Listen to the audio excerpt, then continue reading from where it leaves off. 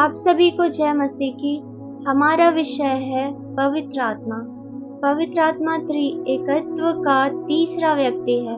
पिता, पुत्र, पवित्र आत्मा, ये तीनों एक ही है, लेकिन तीनों का व्यक्तित्व अलग अलग है। जिसमें हम पवित्र आत्मा को देखेंगे, वह कोई बल नहीं परंतु एक व्यक्ति है।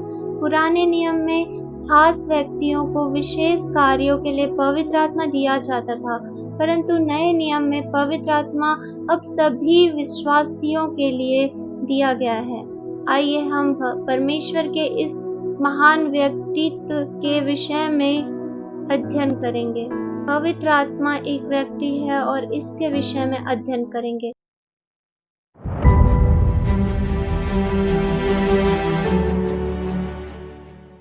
पवित्र आत्मा की 7 बातें। पहली बात, पवित्र आत्मा एक व्यक्ति है। यूहन्ना 16:7। तो भी मैं तुमसे सच कहता हूँ कि मेरा जाना तुम्हारे लिए अच्छा है, क्योंकि यदि मैं ना जाऊँ तो वह सहायक तुम्हारे पास ना आएगा, परंतु यदि मैं जाऊँगा तो उसे तुम्हारे पास भेजूंगा। प्रभु यीशु मसीह उस व्यक्ति को जो पवित्र आत्मा है हमेशा के लिए हमारे सहायक के रूप में दे दिए, ताकि जब हम पाप में जाते हो वो पवित्र आत्मा हमारी सहायता करे और वो मना करे कि बेटा ये गलत है, तुम इसे ना करो। प्रभु यीशु मसीह ने एक सहायक के रूप में हमारे लिए हमें गिफ्ट करके उन्होंने वो स्वर्गारोहण हुए, ताकि हम सहायता पा सकें और पवित्रता का जीवन जी सकें और यीशु मसीह के पीछे पीछे, उनके कदम के पीछे पीछे, उन पग चिन्हों पे हम चल सके। फिर हम दूसरी बात देखते हैं, वह सर्वव्यापी परमेश्वर है। इसमें हम देखते हैं भजन संहिता 139:7। मैं तेरे आत्मा से भाग कर किधर जाऊं, या तेरे सामने से किधर जाऊं। सचमुच में वो परमेश्वर पिता का जो आत्मा है वो सर्वव्यापी है, वो सभी जगह पे होता है। हम परमेश्वर की आत्मा से भागकर कहीं भी नहीं जा सकते। यदि हम आकाश में जाते हैं तो वहाँ भी प्रभु है, हम कहीं भी जाते हैं वहाँ पे परमेश्वर का आत्मा हमारे साथ होते हैं और वो हमारी रक्षा करते हैं, वो हमारा सपोर्ट करते हैं, वो हमारे लिए सहायक है, वो हमारी सहायता करते हैं। तीसरी बात देखते हैं, वह अनंत आत्मा है। इब्रानियों 9:14।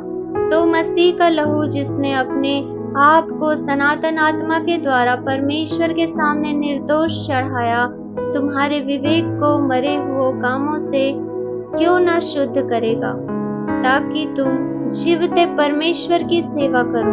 परमेश्वर पिता का वचन ऐसा कहता है कि परमेश्वर का आत्मा जो है वो अनंत आत्मा है, वो हमेशा के लिए, वो युगानुयुग जीवता सनातन आत्मा है, जो कभी भी वो टलने वाला आत्मा नहीं, वो हमेशा वो जीवित आत्मा है जो हमारे पास में होते हैं। परमेश्वर पिता का वचन कहता है कि देह, प्राण और आत्मा में हमारे पास जो आत्मा है वो उसमें विवेक पाया जाता है, और वही विवेक जो है वो हमें सिखाता है कि हम जो भी पापों को करते हैं उसका वो रियलाइज कराता है कि ये गलत है। हमारा जो प्राण और शरीर है, शरीर जो है वो पापों में गिर जाता है और प्राणों को वो अपने साथ ले लेता है, लेकिन वही आत्मा जो हमारे अंदर है, पवित्र आत्मा, उसमें जुड़ करके हमको सही बातों को बताता है कि ये गलत है और तुमने गलत किया। फिर हम पश्चाताप करते हैं। इस प्रकार वो आत्मा जो है हमारे लिए सहायक बन पाता है और वो अनंत आत्मा है जो कभी भी खत्म नहीं हो सकता। चौथी बात हम देखते हैं, वह प्रभु है। 2 कुरिन्थियों 3:17।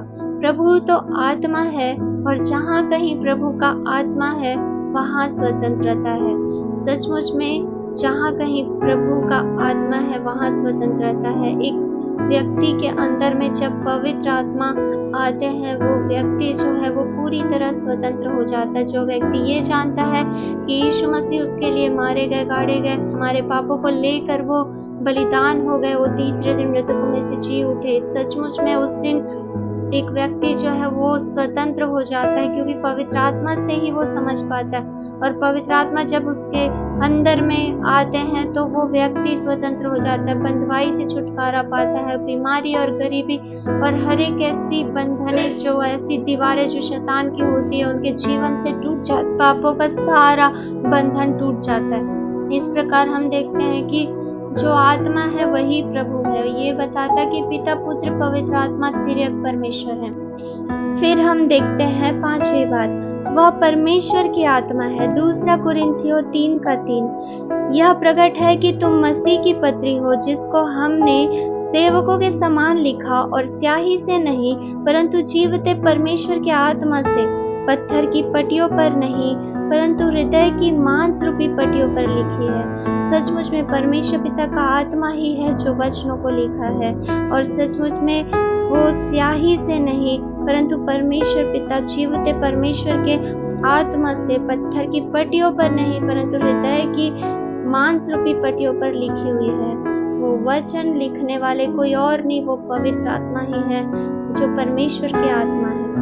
फिर 6वीं बात हम ऐसा देखते हैं, वह मसीह का आत्मा है। 1 पत्रस 1:11, उन्होंने इस बात की खोज की कि मसीह का आत्मा जो उनमें था और पहले ही से मसीह के दुखों की और उसके बाद होने वाले महिमा की गवाही देता था, वह कौन से और कैसे समय की ओर संकेत करता था।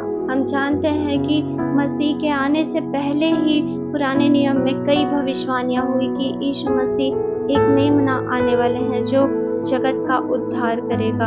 और फिर यीशु मसीह आते हैं, उनके दुखों के बारे में, उनकी महिमा भरी गवाहियों को, यीशु मसीह की गवाहियों को पवित्र आत्मा पहले से देते आए, और वो गवाही और संकेत और समय को पवित्र आत्मा ने ही दिया। इस प्रकार हम जानते हैं कि वो आत्मा कोई और नहीं, वो मसीह की आत्मा है। वो प्रभु यीशु मसीह के अंदर में वो पवित्र आत्मा है जो परमेश्वर पिता के द्वारा ही उनमें समाहित था। वो तीनों एक ही हैं, बस व्यक्तित्व उनका अलग अलग है। फिर हम 7वीं बात देखते हैं, वह सृष्टिकर्ता आत्मा है। अय्यूब 33:4, मुझे परमेश्वर की आत्मा ने बनाया है और सर्वशक्तिमान की मांस से मुझे जीवन मिलता है। सचमुच में परमेश्वर पिता सृष्टिकर्ता परमेश्वर है। हम देखते हैं आदि में वचन था, वचन परमेश्वर के साथ था और वचन ही परमेश्वर था। वो वचन आत्मा है, वो परमेश्वर पिता है, और परमेश्वर पिता के आत्मा के द्वारा ही पूरी सृष्टि की रचना हुई। और हम परमेश्वर पिता के सांसों से ही हमारी रचना हुई, उनके आत्मा से ही हमारी रचना हुई। इस प्रकार हमने देखा पवित्र आत्मा जो है उनकी 7 बातों को। पहला है पवित्र आत्मा एक व्यक्ति है, वह सर्वव्यापी परमेश्वर है। तीसरा वह अनंत आत्मा है। फिर चौथा वह प्रभु है। 5वीं बात वह परमेश्वर की आत्मा है। फिर 6वीं बात वह मसीह का आत्मा है। फिर 7वां वह सृष्टिकर्ता आत्मा है। प्रभु आप सभी को आशीष दें। आमीन।